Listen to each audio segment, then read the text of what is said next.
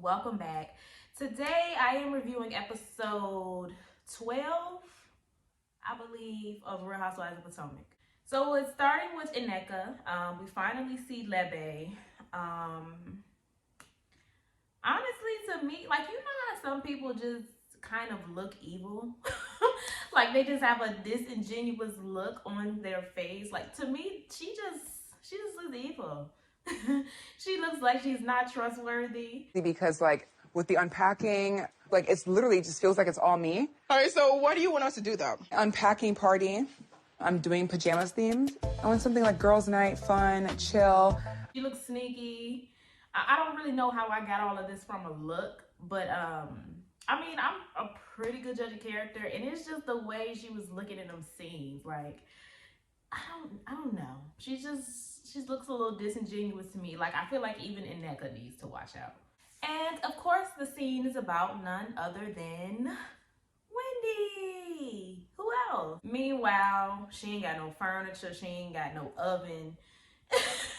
But y'all said she was this luxurious, rich Nigerian. She's showing us real Potomac life of luxury. And this girl don't have an oven. But sitting up here worried about Wendy. Wendy and Eddie have their Happy Eddie event for the Marital.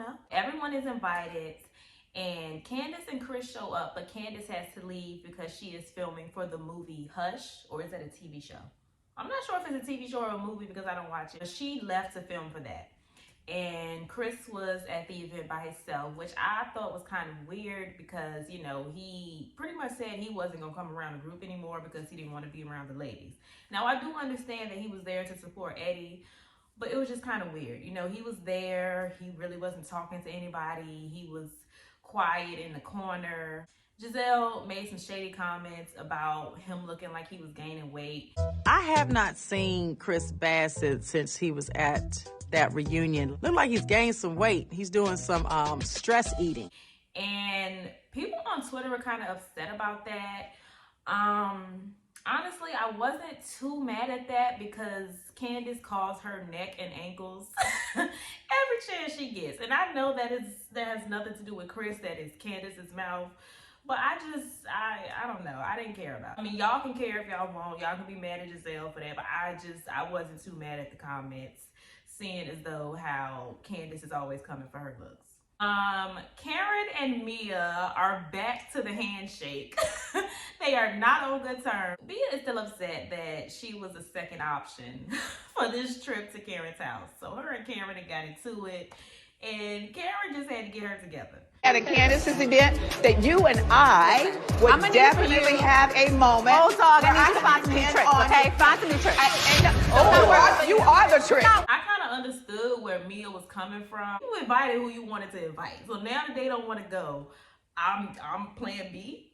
I'm not having that. No, I just won't go. So I understand why Mia didn't go, but I don't get why they still arguing about it. Like, it's not that deep. So they start this event, and it's event about marijuana, but there was no marijuana present. They are rolling oregano. Because, you know, it's not legal in Maryland, but Virginia, DC is like right there. You know, you could have had the event in like Virginia or something. It's legal in Virginia. I would have been pissed showing up to that event. If I thought I was finna come here and roll up and chill out and you got me rolling some oregano, girl. So when Giselle arrived, she did not speak to Wendy. Now, everyone on Twitter was upset about this. And, you know, production kind of played some clips of Wendy not speaking to Giselle to kind of, you know, show, oh, Wendy's being a hypocrite. She wanted Giselle to speak to her, but she don't speak to Giselle. Basically, what the people were saying on Twitter was the difference is that this is Wendy's event. She's the host, and it's just simply rude to walk into someone's event and not speak to them. And I agree. I definitely agree with that. I don't even see why Giselle and Wendy still have issues at this point. I mean, if it's still that serious, Giselle, you should have just stayed home. Like, it's just plain rude to walk into someone's event and not speak to them. And I could have sworn in the last episode, she did not go to Karen's house because she feels unsafe around Wendy and Candace. So what changed? I wonder if production told her to show up though. I wouldn't be surprised if they did, because she ain't got invited to nothing. She didn't go to Karen's house. She didn't go to Candace's event. She really hasn't been anywhere. We really haven't seen her a lot, which is her fault because she the one that refused to talk to people. So I don't know, but I just wonder if production made her go. It was just weird to me that everyone showed up to a Wendy event. You know, people, y'all know the group don't really mess with Wendy like that. So the fact that everybody showed up kind of makes me feel like production made everybody show up. So maybe that's why she went, but still, like, you could have just gave her a little hi, little hey. Speak to Eddie. What did Eddie do to you? You didn't speak to Eddie? But other than that, the event actually went pretty well. Everybody was laughing together and having fun. So Wendy gives a speech and she's like, you know, I'm glad we can all laugh together. Giselle is just being negative for no reason. Like, she just saying slick comments like, was I laughing? Was I laughing? And actually you were. I have not heard us all laugh as a group like this in a very long time. So if nothing else, thank you for being happy at the Happy Eddie event, and I appreciate that. I didn't laugh. That just kind of proves my theory that production made her go, because, you know, as annoying as Giselle is, I don't really see her going to the event of someone that she doesn't like just to be negative. She doesn't give me that. I feel like she would have just stayed home if she had the choice. And then, you know, Robin would have done whatever she did. So when the event is over, Nneka pulls Wendy to the side and tells her that she wants to have a one-on-one conversation with her, because Wendy said, you know, inviting me to your house and all of that, that's skipping steps. You know, you skipped a lot of steps. So Nneka's trying to go back, you know, do the proper steps. Wendy seemed like she really wasn't down for it, but as we've already seen in the trailer, she's gonna have the conversation, and yeah, and I don't think that's gonna go well. I feel like with this episode, Nneka was really trying. She's really trying to move past her issues with Wendy. The issue that Wendy is having is just like, girl, you did all of that for what? I feel like Wendy feels like she was used. Like, you came on this show, you used me for a storyline, and now you just want me to just move past it and come to your house and help you unpack, and you to call my mama a witch and said that she was trying to do all of this stuff to you. Like, if you feel like I'm trying to put voodoo on you, why are you even inviting me to your house? You don't bring that type of energy in your house. So if that's really how you feel about me, why would you even invite me? And then you talking about her mama. Like, you expect her to just get past that and just come help you unpack your house? So I kind of understand why she declined the unpacking party, but I'm glad they do end up having a one-on-one. Even though that should have happened in the beginning of the season. Y'all could have had this conversation way back at the beginning of the season when she gave you her number when y'all first met at, was it Ashley's party? Whatever that event was where they first met, and Wendy posted the receipts showing that she gave Nneka her number to talk to her. That's when the one-on-one should have happened. But remember, you went to talk to Robin instead to stir up drama. So, but overall, the event did go pretty well. Mia and Gordon kind of have a talk.